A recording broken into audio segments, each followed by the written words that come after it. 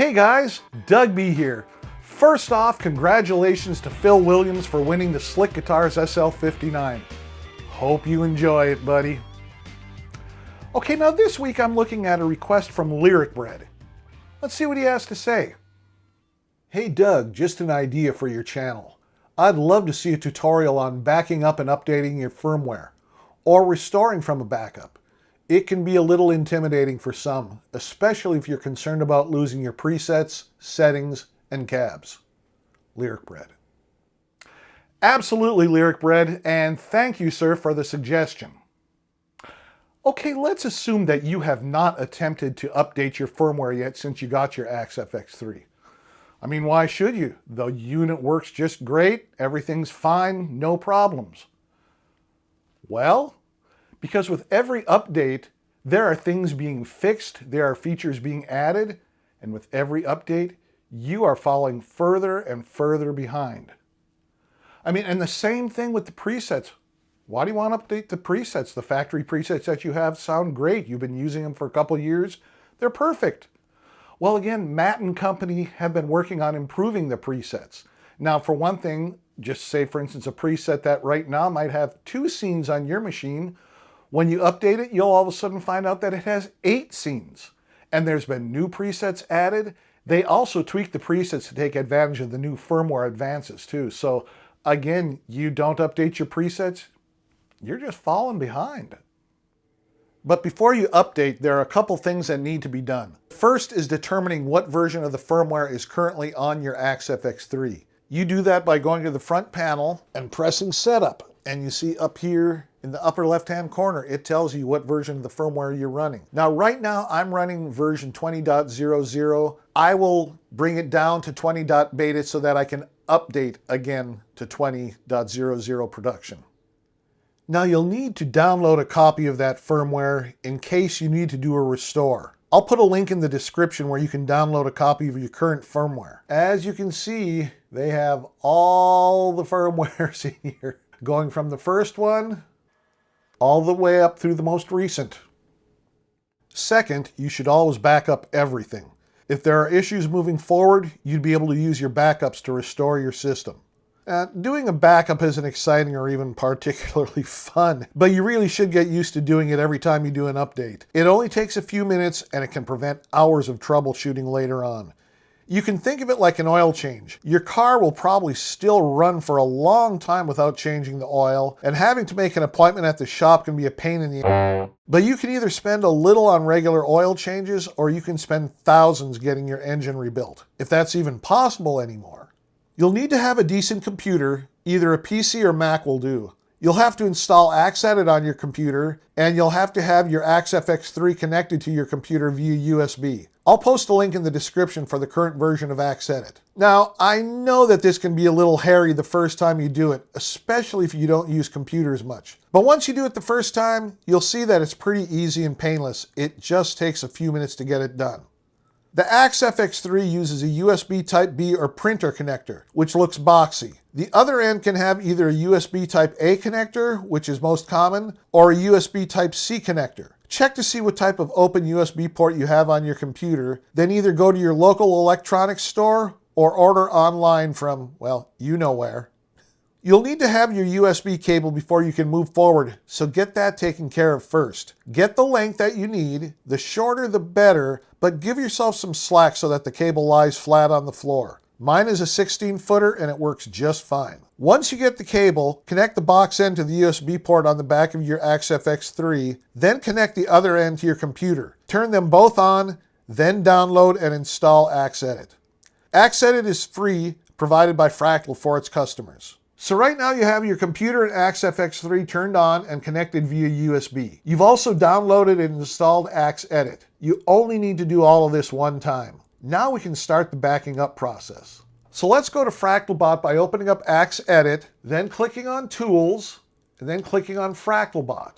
Once you're in FractalBot, click on Receive Mode. This means that your computer will receive files from your AXEFX 3. Under Select Your Device, there's 3 drop-down menus. They all should say AXEFX 3. You should have green check marks next to each one, and it should also tell you what firmware you're on.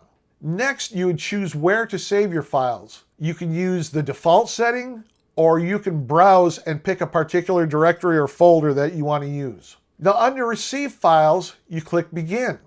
Another panel pops up showing you the various options you have for backing up files. For a Mark I unit, you can back up preset bank A, B, C, D, user cab bank 1, user cab bank 2, and your system plus global plus FC files, which is comprised of global, I/O, MIDI remote, tuner, global blocks, and foot controller. Now if you have a Mark II unit, you can also back up preset banks E, F, G, H, and you can also back up user cab bank 3. Now there's also options for backing up an individual preset, backing up the current preset, or backing up an individual user cab. Now once you have your options selected, click on OK. This starts the backing up process, which takes a few minutes. FractalBot will let you know when the process has completed.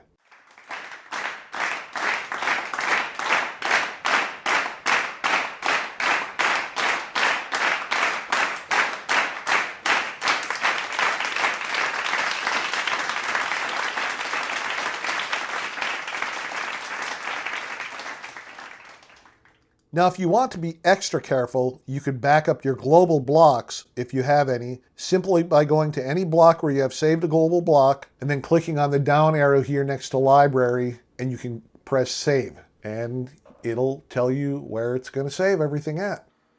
You can also back up your custom global scales, if you have any, by clicking on Setup up in the upper right-hand corner, then going down to Scales. See now in Custom Scale 5, I have values there. So you can save any of the custom scales 1 through 32 by choosing the scale number and then clicking on the down arrow. You can export it. And again, it'll save it. You can tell what file name you want to save it as and where you want to save it. You can do this for all the custom scales that you might have. And if you want to be extra careful, you can also make screen prints of the config page, the audio page, the input levels page, the tuner page, and your out 1 EQ. And of course, out 2 EQ, out 3 EQ, or out 4 EQ if you're using those. Now that way, if you have to do a factory restore for any reason, you can just re-enter these parameters simply by looking at the screen prints. Now, yeah, it's not elegant nor is it automated, but it's better than guessing what the settings were. So the short version, open AxeEdit, do a full backup using FractalBot. You can also back up your global blocks,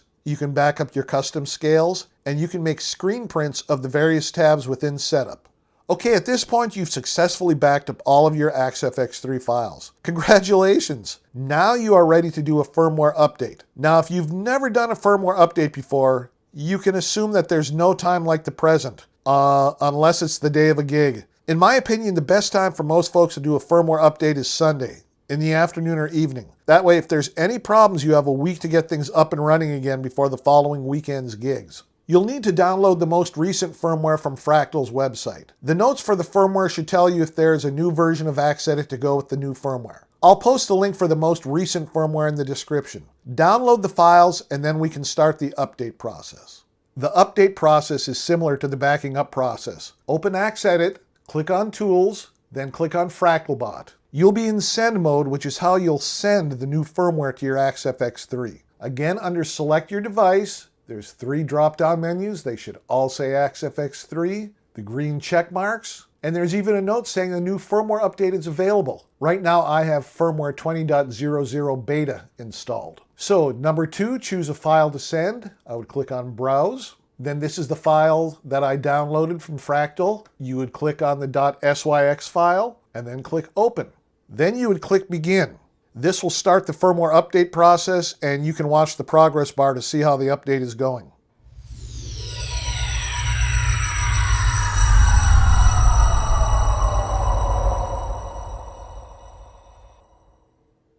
When the update is done, you'll get a warning message that tells you that even though the update process has completed, you'll need to reboot your AXEFX 3 to finish the process.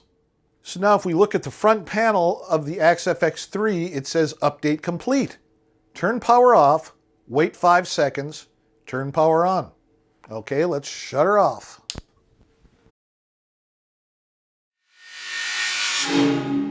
And we're back. Now you used to be able to press the setup button, and right up here at the top it tells you AXEFX 3 version 20.00. So it was successful. Now you could also check FractalBot again and it'll tell you what the firmware version is running. So at this point you should check out your presets, your FC controller, expression pedals, etc. So there you have it, guys. My walkthrough of backing up your system and updating your firmware. Now, we could talk about restoring your system and updating the factory presets, but right now, I think this video has gone on long enough, so we'll save those topics for next week. So if you're not really feeling quite confident, you can go ahead and do the backup part and then save the firmware update until next week when you're confident that you know what would happen, what you would do if you needed to restore it. And if you want to update the factory presets too. Now next Wednesday, we'll be looking at part 2 of my look at Austin Buddy's Bank B from his 1400 plus naked amps tone bank. Now you don't want to miss that. So go ahead and hit that subscribe button and ring that notification bell. All right, guys, we will see you then.